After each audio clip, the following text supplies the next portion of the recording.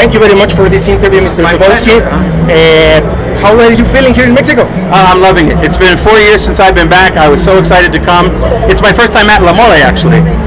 And I've been loving it. Look at this crowd. I mean, seeing the lines outside is amazing. The Artist Alley is bigger than most Artist Alleys anywhere in the world. And I could not be more thrilled to be here, back with the fans, back with the artists, and back with a culture and a country I've come to love so much. Excellent. I have a question for you that I am sure that a lot of people want to know. How is a day in the life of the editor-in-chief of Marvel Comics? How can you tell us? Because I am sure that a lot of people want to know. How is that? Sometimes I wish I want to know how my day is going to go, but COVID aside, the editor-in-chief role is an important one, and it's one that has many different levels. And I liken it to I'm the coach of the team. So it's my job to make sure that my staff, the coaching staff, the editorial team is the best that possible, that they have the mission about the comics that we should be making, and that they know how to direct the talent. But everyone has the opinions of their own, and I have to understand that they have to understand that we're doing this all together. The thing that I love most about working at Marvel as editor-in-chief is that everyone that works for Marvel is a fan, from the creators to the editors, and we all have the same goal. And in a way, that makes my job easy.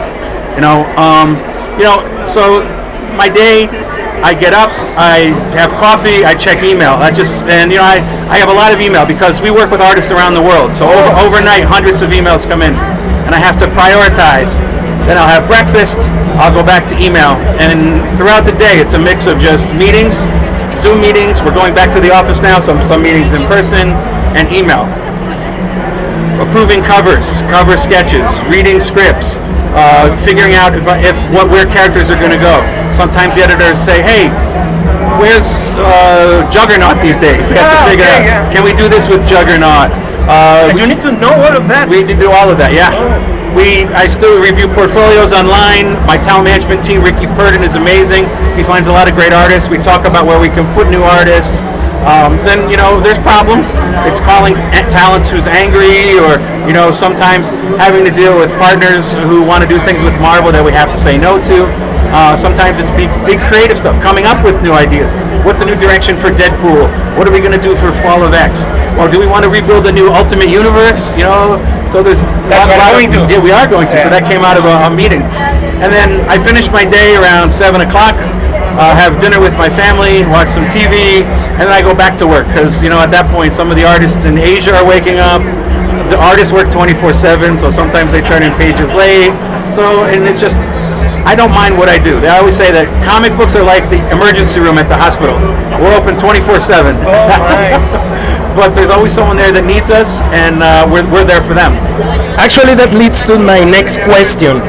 Which one would you say is the easiest and at the same and the hardest part of your job?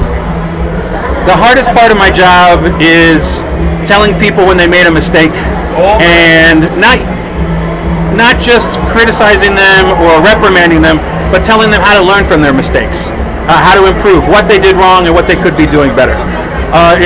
The best part of my day is when I get off a phone call or a Zoom with a creator who had the brilliant idea that I know is going to turn into an amazing story that fans are going to remember for a generation. What kind of feeling do you need to have in order to say, I think this story idea, this thing is going to be great? What kind of thing do you need to feel? What kind of emotion? I know it in my gut. Okay. When I hear a story idea, I put myself in my shoes when I was 11 years old, and I think, if 11-year-old C.B. Cebulski went to the comic shop and opened up this comic, would he think it's cool? And that goes for about 75 to 85% of the comics that we make. But I also these days am in the job where my position means I have to make comics for everybody. So I can't like every comic.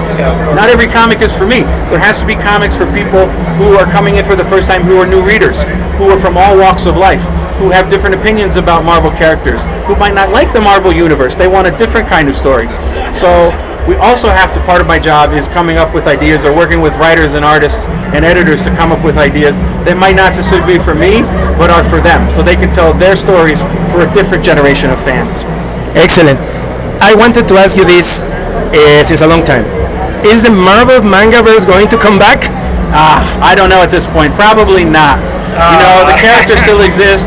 Manga Spider-Man is still out there. You know, the Spider-Man universe has grown so big thanks to Dan Slott and Chris Gage and the Spider-Verse comics, the Spider-Verse movies. So you'll be seeing many more new Spider-Man characters, Spider-Men, Spider-Women, Spider-Girls, Spider-Boys from around the world make their debut over the next, 3 or 4 years. We've got so much planned for Spider-Man. Spider-Pigs. Spider-Pigs, exactly. But as for the manga verse, it's not going to be coming back. Because let me tell you, I enjoy a lot of them. I remember them, and you were very, very involved in that. Also, another work that you did that I remember very fondly was the crossover between the X-Men and the Fantastic Four. I really liked it. It was with Pat Lee, no? Yeah, that was a long time ago. But that I enjoy it a lot. No, thank you very much. There was some great stories being told by many creators at that point, and I was just happy to have been a small part of it. But now I have a much bigger role and able to affect the Marvel Universe in so many different ways with so many creators, globally who are contributing. Do you miss writing more? No, not at all. No, I got that out of my system, and you have to understand what you're good at and what you're not good at. And I remember Joe Quesada once told me that my talent is in finding artists. It's having the eye to figure out an artist who's good enough to work for Marvel, and that's where my present now came from Joe telling me that and putting me on a path that made me the talent manager, the talent scout, and be able to contribute to Marvel in different ways than through writing. Speaking of that, can you share with us a little anecdote? What is the strangest, more uncommon, weirdest, or more special anecdotes that you have had meeting a fan or a person that you are checking their portfolio? Can you tell us that? That's something that I really want to know. The strangest experience is when the fans who really want their portfolio reviews don't want to wait in line or follow the system, and they follow me into the bathroom and try to talk to me when I'm, doing my business. Yeah. So that's when it gets strange. But there's been a lot of strange experiences in portfolio reviews. People sometimes just don't understand how the system works. And they don't understand that they think they're an artist, but not every artist can work for Marvel. Obviously, yeah. And they can't get sometimes past that block that they have. I actually once wrote a story about it. It's called SASE. Send Another Submissions Editor. And if you go online and just Google SASE, there's a free comic book, a PDF that you could read of my strangest experiences meeting artists in different cities. Okay, well, thank you. I'll leave it at you can. All the fans can go check it out too. Obviously, yeah, we will. Thank you. Very common question, but I don't know. Who is your favorite Marvel character? My favorite Marvel character is Danny Moonstar from the New Mutants. I grew up an X-Men fan. Early on, Kitty Pryde was my eyes and ears into that as a young reader. But as I got older, New Mutants was my favorite comic book, and Danny always appealed to me. I'm a very vivid dreamer. I dream I remember all my dreams. So I think dreams are very powerful in your emotional, being. And the fact that Danny had the ability to control dreams for good and bad always appealed to me. Because it's a very powerful power that I think people don't use enough in the right ways, because, controlling people's dreams means you can control their minds, and it hasn't been explored as much as I think it can be. Perfect. What is your expectation? What are the plans, expectations that you have for Mexico in the future with Marvel and everything that we have now with Panini, and that the change that obviously there was a previous publisher that was doing everything, and now Panini has the Marvel licensing. What is your expectation? What do you think is going to be? What is going to happen with this? What do you expect? The comics are such an important part of the culture here, and the Mexican fans have been a part of the Marvel history more so than fans in any other country. When Stan and Jack and Steve and John and everybody were creating the Marvel Universe, Mexico was one of the first countries in the 60s and 70s to embrace Marvel Comics. Yeah. It's still one of our biggest readerships, and the fans here have a love of Marvel Comics that runs very, very deep. And I still want to foster that love, so fathers and mothers and grandparents can keep handing it down to their kids.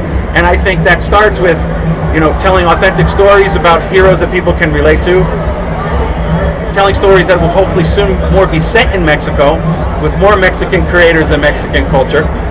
And that we see the Marvel library continue to grow so that all the fans here and the creators that are creating our comics can take pride in what they're doing and know that Marvel and our characters are in the good hands of not just the the editors at Marvel Comics, but the editors here at Panini, Mexico.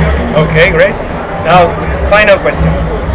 You already told me that you know where are you going to be in the future. You know that this is you, this is your thing. Yep. Yeah. But how do you see in 5 years from now the comic book industry as a whole? What do you think is going to happen from now to 5 years? The Cebulski in 5 years, what do you tell him? I think this is going to happen, and I hope this is it. You know, 5 years ago, people were predicting that print was going to die and digital was going to take over. And I told people, no, that's never going to happen. Okay. And it happens. Comic books are stronger than ever. Print is stronger than ever. And digital comics are wonderful. They have their place. You know, people read them on their iPads. They read them vertically. Fully support that. I read a lot of comics digitally as well. I think in 5 years, the comic book is going to be bigger. I think Marvel and DC will still maintain the place of prominence. I think the creator-owned companies and the creator-owned properties are going to continue to grow, but I think there's going to be more independent publishers, more self-publishers, more creators who are stepping out on their own to form their own imprints in digital comics or in print comics, and that there's going to be, as we've seen, I think in 5 years the American comic market will more closely resemble the Japanese comic market in its diversity of subject matter and material, from sports comics to cooking comics to horror to western to sci-fi, you know, to giant robots to everything that there. I think that superheroes always have their place, but as more younger creators get influenced by global comics, be it bande dessinée or, you know, comics here in Mexico or manga or manhwa or any, you know, those kind of comics, that the subject matter and the library of titles that you're going to see coming out is just going to continue to grow. In other words, more competition and more comics. More competition, but more competition, like they say, a rising tide floats all boats. More competition means better choices, more choices for people, yeah, of course, and it means better quality stories for everybody. Exactly. Thank you very much, Mr. Cebulski. Thank you very much. Cebulski aquí con nosotros en ComiXmen. Muchas gracias. Thank you all for watching, and thank you for supporting Marvel. Gracias.